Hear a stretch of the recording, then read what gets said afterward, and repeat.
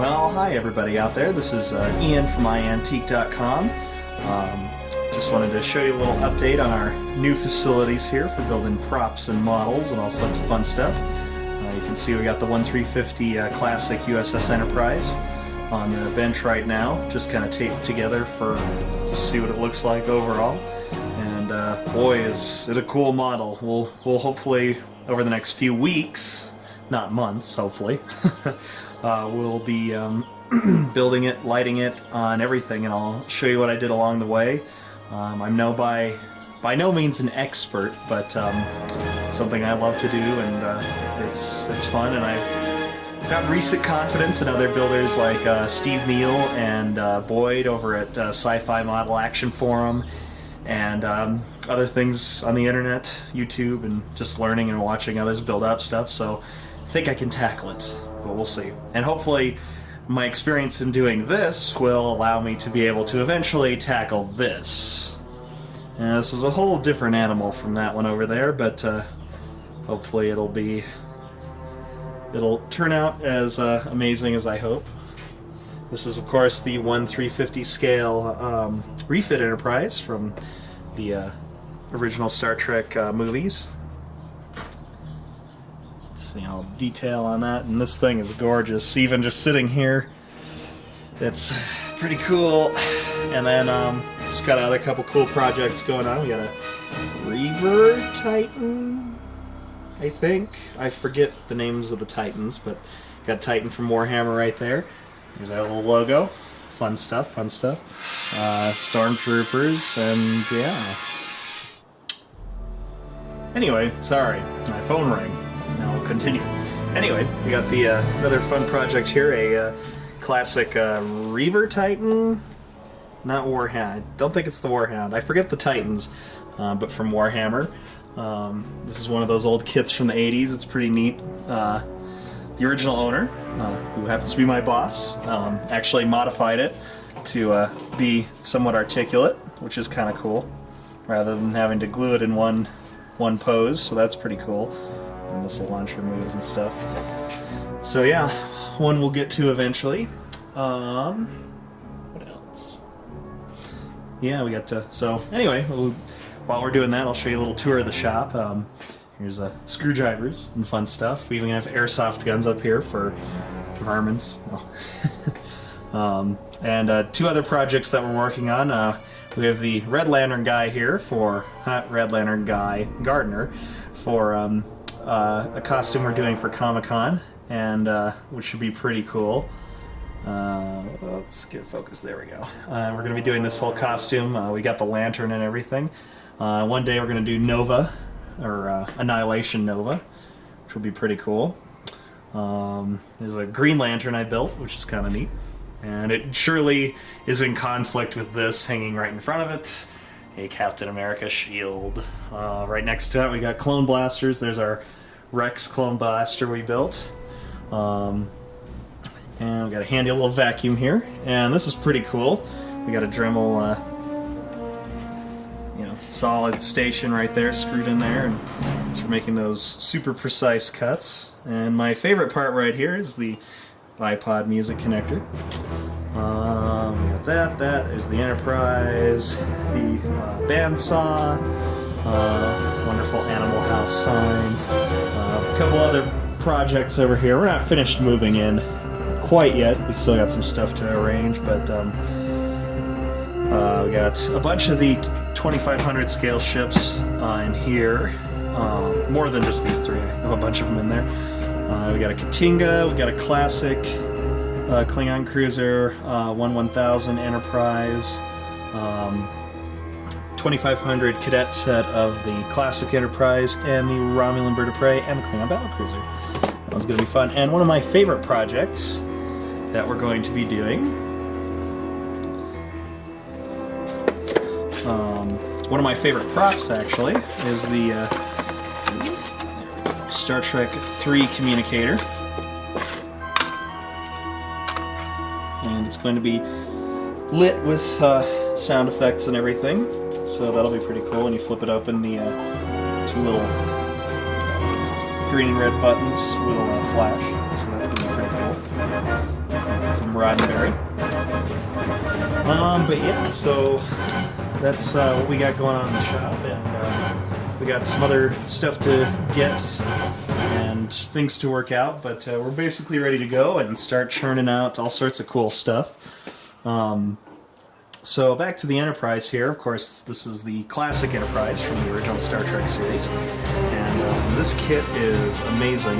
It took like 4 to 6 years. I can't remember the exact number, but it's been in development for a long time. And Captain America shield, and it's all hollow and everything. And the plastic, it's sturdy, and it's they designed it all on computers, which is nice because it's engineered, not only for detail on the outside, but the inside is like really strong, and it's well designed to fit together and not have like nacelle droop over the years. Obviously, it's a little droopy right now; it's just taped together, but it's in there to be last a long time, and it's actually they cut channels for the wiring and everything. So this kit's meant to be lit, meant to be loved and displayed, and people have been asking for this for years and years. And if you wanted one of these, that's this size, you either had to find some way after market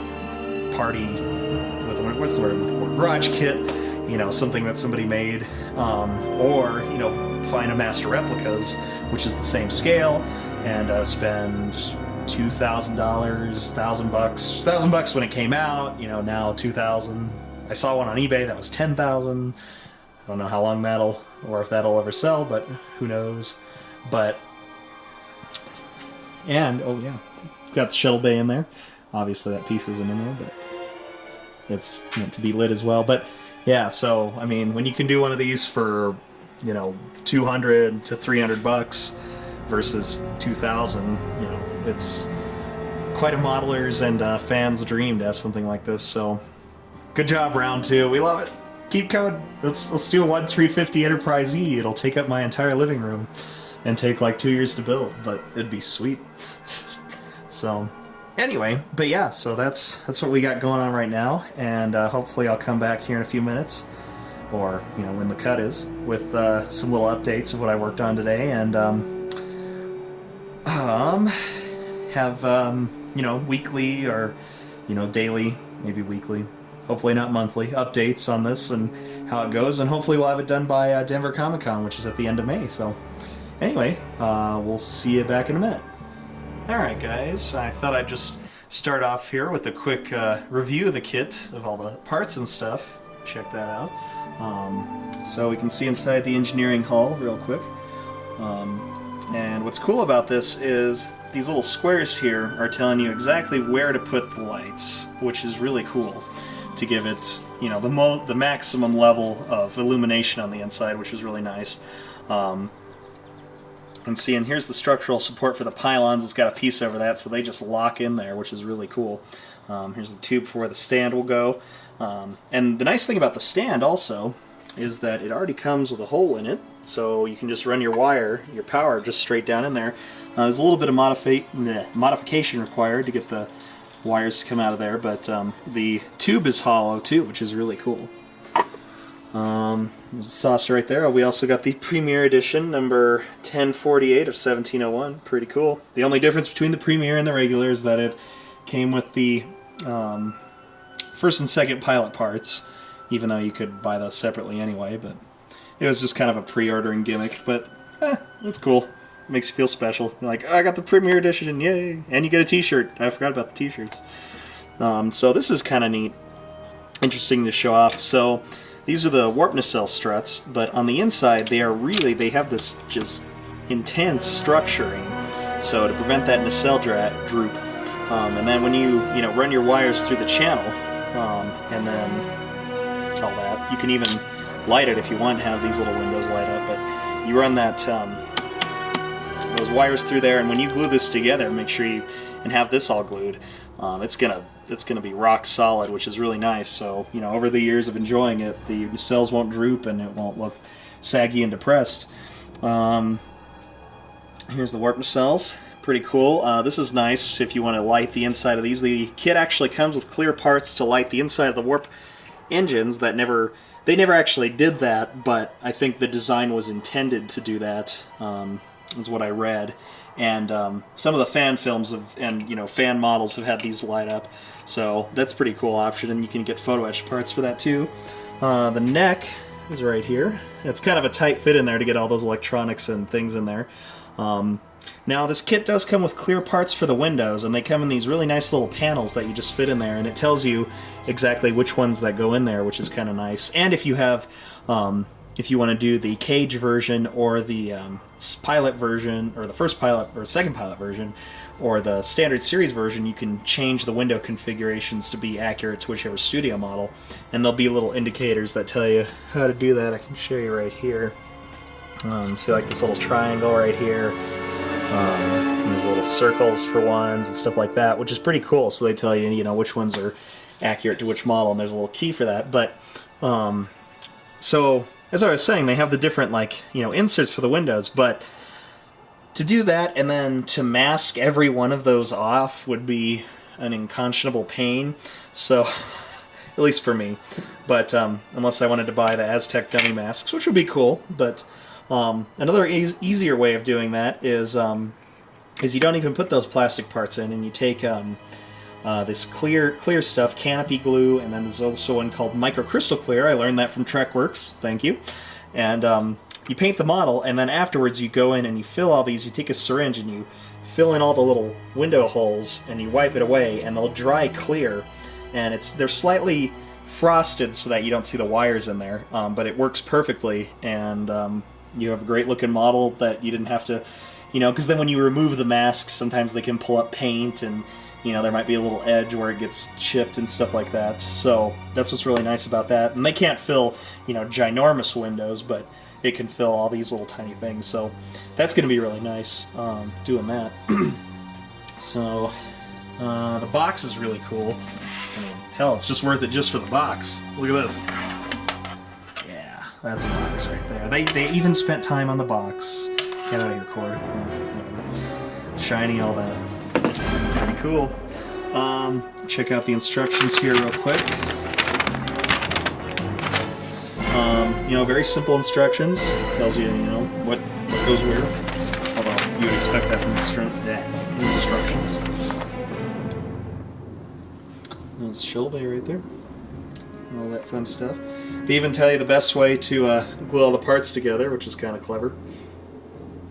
So, yeah, that's that guy. Oh, here's one of the best parts, but we'll get to that. We'll get to that in a minute.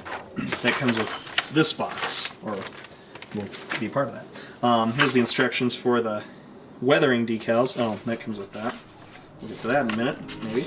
This also, actually, all these go to this. Yeah. A little advertisement that came in it. Decals. Got to look at the decals. These are gorgeous decals. Maybe. Well, it's hard to do with one hand, but you can pretty much see them. The big main decal sheet is the regular pilot version. Then when you buy either the Premier Edition or the separate upgrade kit, these come with the Pilot Enterprise decals too. So that's kind of neat. The little black stripes on the Wear No Man one has gone before, and then a generic COA thank you letter. There's that. Check out in the box just a couple cool little things. So a really nice thing they did with the windows is, so if you want to just do them in white and black and you don't really want to light your model, you can make it as close to the studio model as possible. They have all the clear parts. They also cast them in white and black, because there's just some windows that are black and just some that are white. So if you want to do it that way, that looks really cool. Oh, tons of clear parts. Sorry, it's a little messy. Another neat thing about this kit is within the limits of coloring plastic, but they tried to cast it in the, or color the plastic, what the color of the studio model should be. And they even did as far as to do the copper parts in copper. And obviously it looks plastic, unfortunately, but there's only so much you can do with that. But you appreciate the effort, and it's nice too, because even if pretty much most people are going to paint their model because the paint always looks better. but you have a nice thing to color match it, which is cool. And an interesting thing about this kit too is instead of just having a black and white color sheet, they actually just put it on the side of the box, so you can, you know, take it and get your colors matched if you need to, and all that stuff. So that's what's pretty neat about that. So this is another thing that makes this kit really special. So this is the deluxe accessory set. Now this, you can get all these separately, but it's just cheaper and easier to get them just in the set together. So it comes with the weathering decals, the photo etch parts, and the lighting kit, which is gorgeous. You know what, let's pause for a second and I'll get this all taken out for you and you can see what it looks like. Alright, so here's the deluxe accessory kit opened up. Now we'll take a look at the weathering decals first. And they look pretty cool. And kind of space weathering and all that stuff. And there's like 6 or 7, maybe even 8 sheets in there. It's pretty hefty. Here's the, well, the wrong side of them, but there's the photo etch parts. They're not as extensive as like the Paragraphics ones, but they're still cool. They've got the impulse engine grills, and then it's got the little crosshatch things on the pylons. These things right here. If I put the camera in the right place. And then it's got the photo etch parts for the inside of the nacelles, which is really cool. And those will look really cool if you light them. It's got a fun little, you know, nameplate and stuff for the base. So that's pretty neat. But this is the main hunka right here. I don't even know what that means, but we'll pretend it does. This is the lighting kit. And a nice thing they did to make it really easy for the nacelles is they cast the same little bulbs and stuff in red, green, well, orange, blue, red, green. So that'll make lighting the warp nacelle grills really easy. The beauty of this thing is it comes with little motors for it, and the nacelles, which are right here, will be, as a neighbor, will actually spin around and light up, and it looks really cool. Here's all the cords for that. And another cool thing, which might be slightly inconvenient if you're trying to do if you're trying to light it yourself and not use their lighting kit, they have these clear pieces like for the shuttle bay, the bridge, and a couple other things, but they only come with the deluxe kit. So if you want to light it yourself and you need those clear parts, that's kind of obnoxious, but maybe they'll offer those separately or something. But yeah, that's that. It looks really intimidating, probably. Here's the power supply. But it's all very simple, like everything's labeled. You pretty much plug them in the ship, turn it on, plug them into the circuit boards right here. There's even LED tape, which is really cool. There's a little bit of soldering required, but it's not too bad. Well, as far as I know, since I haven't actually started building it yet. But yeah, that's the lighting kit. So, I mean, overall, the model, or the, let's see, the kit itself was $150 with the Premier Edition, and the lighting kit, I believe, or the deluxe kit is $200. So it's already, you know, $350 invested into this guy. So hopefully somebody will buy it.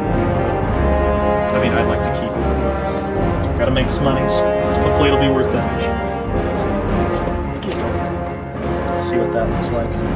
It's pretty cool. Looks just like the ship. That's why I saw on TV. Yay! So yeah, that's pretty much a review of the kit. If you like modeling, then I recommend get one. It's pretty cool. And if not, or in any case, keep watching our updates and stuff, and we'll have more updates and stuff as we work on it. And yeah, it's gonna be sweet. So anyway, thanks so much, and keep watching and watch the Young Collectors Club. And yeah, that's all I got. So take care out there, and keep on trekking. Well, here we are, finishing our first Windjammer chair. Whoop. Oh yeah, we got little triangles on. Come look at it. So these are just like the original series. The Burke chairs, pretty cool, and they're solid on there too. So yeah, that's what the back of the chair is going to look like, and hopefully here at the next cut we're going to have a blue one. So stay tuned.